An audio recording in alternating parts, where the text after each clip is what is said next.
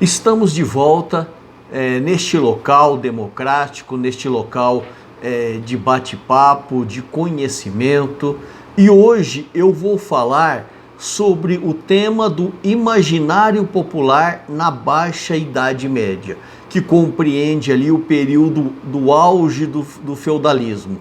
Então, para isso, eu vou usar a obra História do Riso e do Escárnio, do francês Georges Minoir, historiador e professor de História da França. E, a partir da obra dele, nós vamos fazer algumas análises desse período da Idade Média, e mais precisamente entre o século V ao século XV. Durante este período, se estruturou cultural e socialmente a civilização ocidental. Então, a civilização do Ocidente, ela passa a se estruturar, a ter uma identidade, a ter uma característica que a denominou Ocidente. Então, o historiador Minoir, ele afirma que este período se caracteriza pela crise que afetou a vida de todos. Então, neste período da Idade Média, aconteceram muitas crises que nós vamos analisar aqui um pouquinho delas.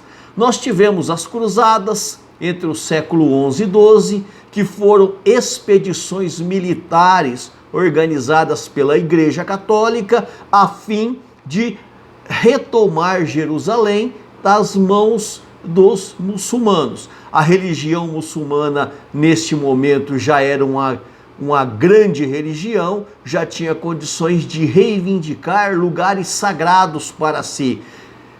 Jerusalém era um lugar sagrado tanto para os judeus quanto para os cristãos e os muçulmanos também. Então, a cidade de Jerusalém, ela estava em disputa entre os católicos e os muçulmanos. Então, o interesse de dominar as rotas comerciais de mercadorias orientais, também controladas pelos muçulmanos, foram outra causa das cruzadas.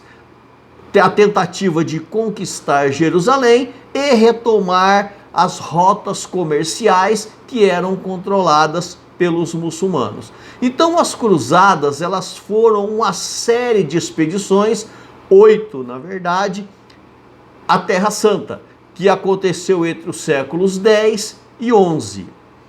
Quais são os aspectos sociais deste período, ou melhor, do período entre o século 14 e 15?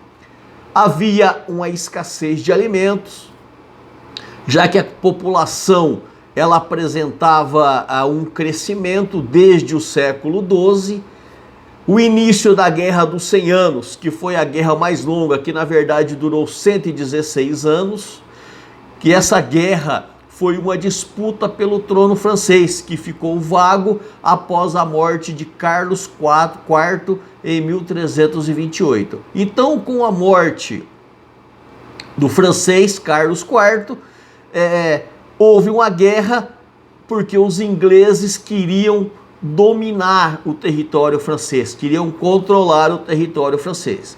Então, na busca pela retomada do controle do território, essa guerra entre franceses e ingleses gerou ali uma série de mortes que abalou esse período. Então, nós também temos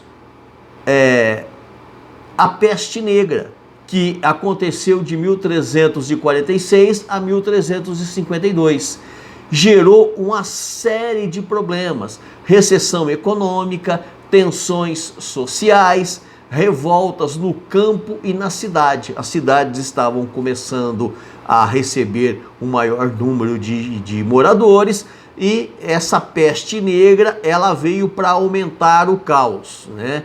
Então nós tivemos as cruzadas, nós tivemos a Guerra dos 100 Anos, a peste negra, e no século XIV nós tivemos também o cisma da igreja, que foi um período onde existiam dois papas, ou dois papados, um com sede em Roma e outro em Avignon. na França. Então é um período de muita efervescência, de muitos acontecimentos, diferentemente daquilo que a gente imagina da Idade Média, que é um período de trevas, é um período pacato, é um período que nada acontecia.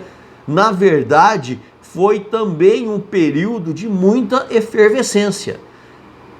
Também aconteceu a crise do sistema feudal, que foi substituído pelo poder central, ou seja, os reis, os monarcas começam a ganhar força e logo depois começam a surgir os ideais de Estado nacional. Então, nesse clima é que a Europa vivia na Idade Média. Era um clima de insegurança, um clima de medo e um clima de incertezas. Por quê? Havia também uma série de questões que apavoravam, deixavam em pânico os moradores da Europa.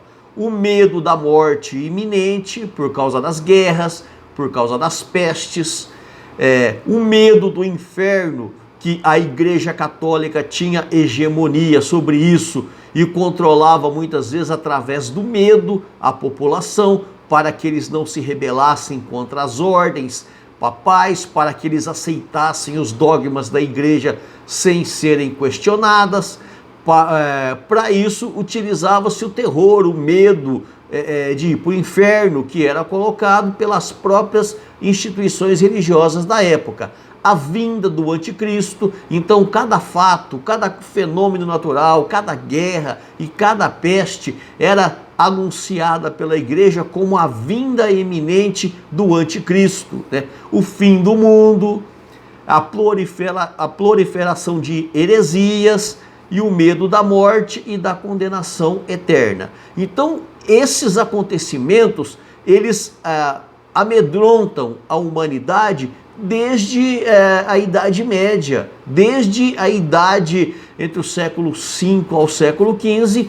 Esses são as táticas, muitas vezes, da igreja para controlar o povo, a multidão. Nesse cenário de incertezas, de medos, de pragas, de doenças e de guerras, os europeus muitas vezes vagavam ali pela Europa usando o autoflagelamento ou as penitências. Eles se cortavam, eles se machucavam em nome da purificação do corpo, em nome da purificação da alma. Havia também os mendigos que ficavam perambulando de um lado para o outro, clamando misericórdia, os sem-tetos, os fanáticos religiosos, deficientes e leprosos. Neste contexto também surgiram vários contos e histórias do imaginário popular. Muitos destes contos e dessas histórias deste imaginário do povo sobreviveu ao tempo e até hoje é contado às vezes por as pessoas mais antigas, os parentes com mais idade, que é uma tradição que vai passando de pai para filho e que vai se transformando em uma tradição oral, e muitos daqueles contos, daquelas histórias da Idade Média ali, da crendice popular, ela atravessa o tempo e nos assombra até hoje. Então a segunda vinda de Cristo também era um tema em destaque. Cristo viria para julgar os vivos e os mortos, e eles estavam esperando que isso acontecesse naqueles dias. Essa mensagem ela era pregada em todo o tempo, em tom apocalíptico, como se fosse o fim do mundo, como se fosse a volta de Cristo, como se fosse o juízo final.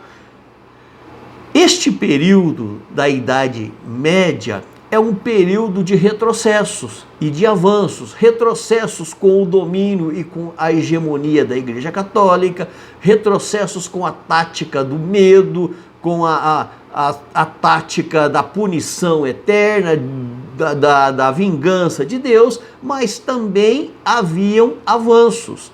Entre o século XI e XIII, por exemplo, começam a surgir as universidades.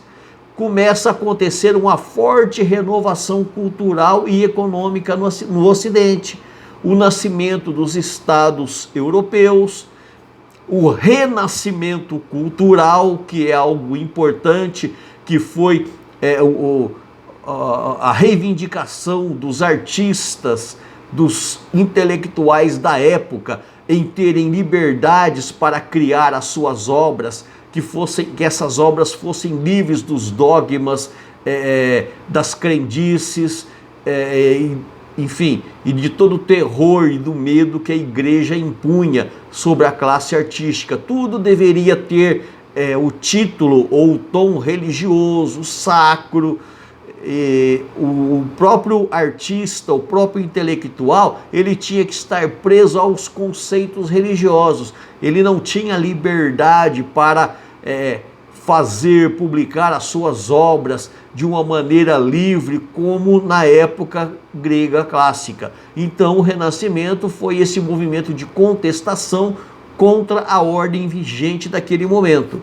Neste período de contradições, o estudioso lá, o historiador francês Minoir, ele vai dizer também que foi um período de risos. Através ou por causa da grande pressão e medo deste período, também há muitas pessoas ali que tinham uma visão um pouco diferente, um conceito de vida diferente.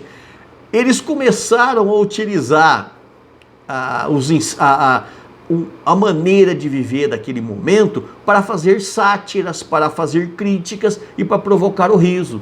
Por exemplo, nas festas populares, as autoridades políticas e religiosas, elas eram ridicularizadas pelo fato de muitos ali não concordarem com os acontecimentos políticos, com os acontecimentos religiosos.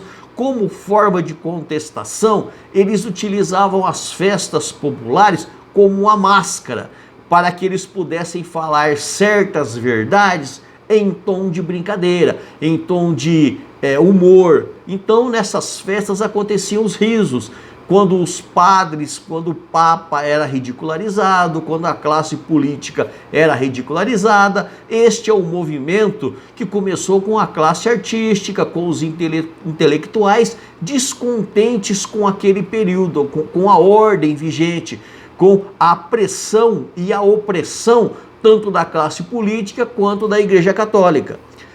Faziam paródias engraçadas das missas, faziam piadas sobre a relíquia dos santos. O que é a relíquia dos santos? Eram objetos que a igreja tinha e que dizia que eram dos apóstolos. Tinham a lasca da cruz de Cristo, tinham os ossos dos dedos dos apóstolos, e elas cobravam dinheiro para que as pessoas pudessem ver essa relíquia. É lógico que havia contestações, muitos pensadores, muitos intelectuais que usavam a razão para pensar de forma clara, de forma organizada, de forma sistematizada, não concordavam com aquelas coisas. Então eles começavam a fazer piadas das relíquias, da lasquinha da cruz de Cristo, dos ossos dos apóstolos, porque obviamente que tudo isso era uma grande fraude. Não existia a lasca da cruz de Cristo. Eles pegavam pedaços de madeira e falavam ali que era a madeira da cruz de Cristo. Pegavam ossos, não se sabia de quem, e diziam que eram dos apóstolos, roupas, enfim, isso eram as relíquias dos santos. E existiam pessoas que não concordavam com isso. Até mesmo católicos que tinham um pensamento avançado para a época. Muita gente ali começou a questionar a ordem vigente. Lembrando que a classe cultural, a classe artística, a classe intelectual, ela não queria acabar com a religião ou com a Igreja Católica. Apenas queria liberdade de expressão para poderem fazer a sua arte, exercer a sua intelectualidade. Então, os movimentos de contestação, eles surgiram, os movimentos culturais e o desejo pela volta do período grego clássico, onde havia liberdade de expressão, liberdade intelectual, liberdade de pensamento. Então este é um pouquinho, uma breve análise do que aconteceu na Idade Média. Em sala de aula, nós devemos nos aprofundar, retomar o tema, esmiuçando de forma mais clara e mais aprofundada. Eu peço a você, por gentileza, se puder, assine o nosso canal e até breve com mais vídeos.